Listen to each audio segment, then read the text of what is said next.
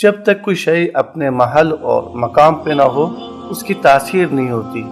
तासीर की शर्त यह है वो शय अपने महल और मकाम पर भी हो। किसी शय को अगर वो अपने महल पे और मकाम पे ना हो उसका पहला नुकसान ये होता है उसकी मतलूबा नताइज हम हासिल नहीं कर सकते। और गोया कुरान करीम भी ऐसी है। कुरान हमारी ज़िंदगियों में तो है, हमारे घरों में तो है, मसाजिद में तो है, लेकिन होने के बावजूद नहीं है।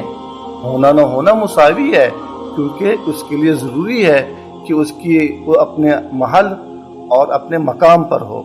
यानी कुरान करीम सिर्फ जल्दों में होकर रह गया है, कुरान करीम सिर्फ सतरों और इबारतों में होकर रह गया है।